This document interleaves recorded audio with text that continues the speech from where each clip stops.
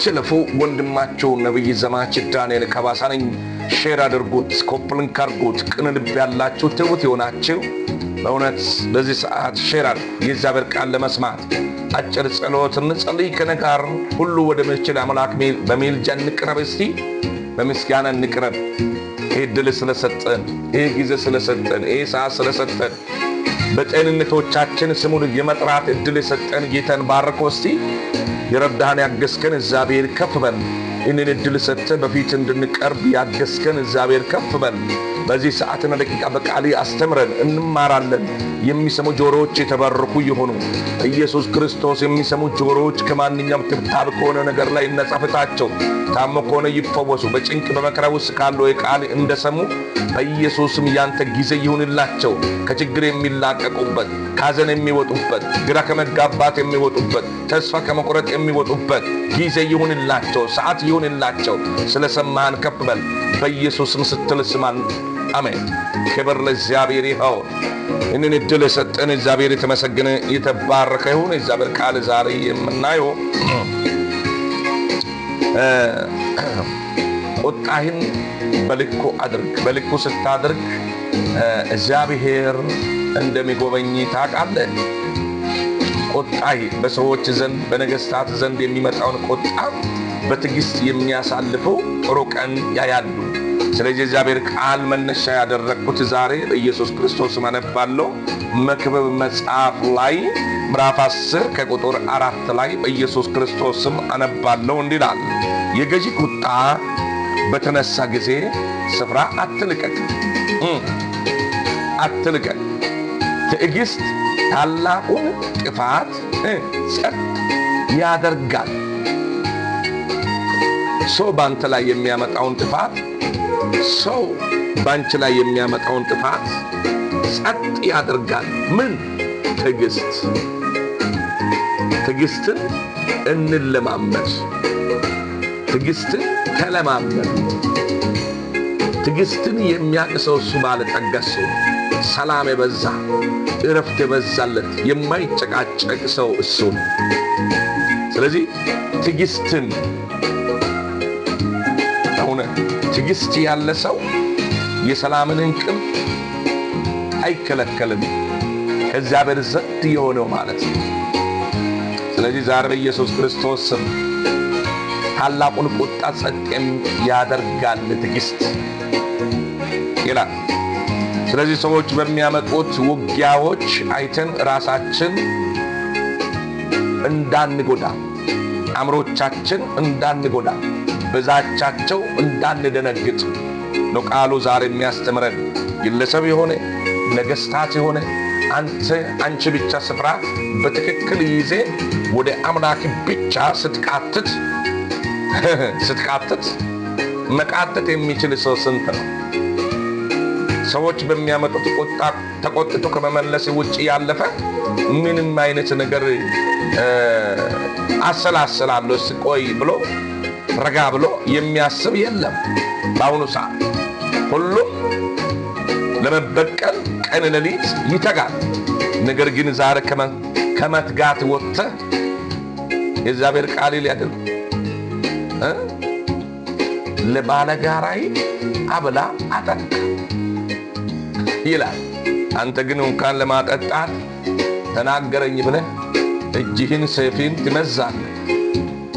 ተናገረኝ ብቻ ብለህ በአፍ ብቻ ይህንን ተናገሩ ብለህ በዛቻ አወሩ ብለህ በሰዎቹ ላይ ዛቻ የምንጥል ግለሰብ የሆነ ማንኛውም ሰው ሞልተናል።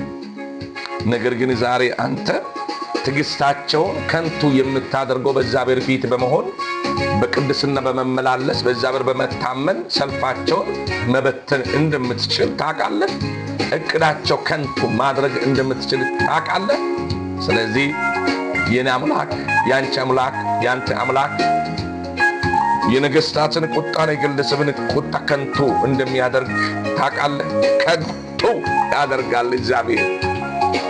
ከመስመር ሲወጣ በአንተ ላይ ጫና ሲመጣ እግዚአብሔር ነው የሚገዳደረው። የሚዋጋልህ እስራኤል አምላክ ነው።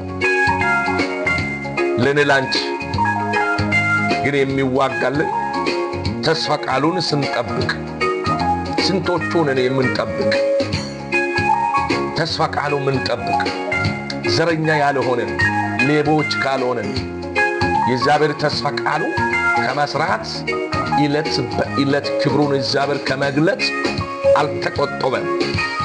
ክንዱን በጠላቶቹ ላይ በልጆቹ ላይ የሚዘረጋውን ወጥመድ ጠላት እግዚአብሔር ነገሮቻቸውን፣ ሐሳባቸውን፣ ሰልፋቸውን ይበትናል። ይህንን ታውቃለህ።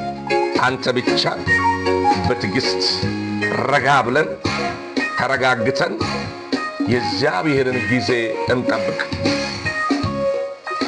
ለሁሉም ጊዜ አለው ይላል።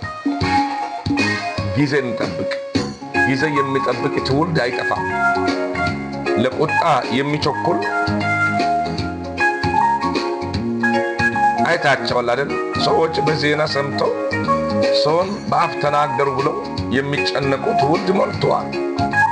እነኛን ትውልድ ደግሞ ለማጥፋት የሆነ እርምጃ ለመውሰድ ጥረት ይደረጋል። ነገር ግን እዚህ ጋር ይላል የገዥን ቁጣ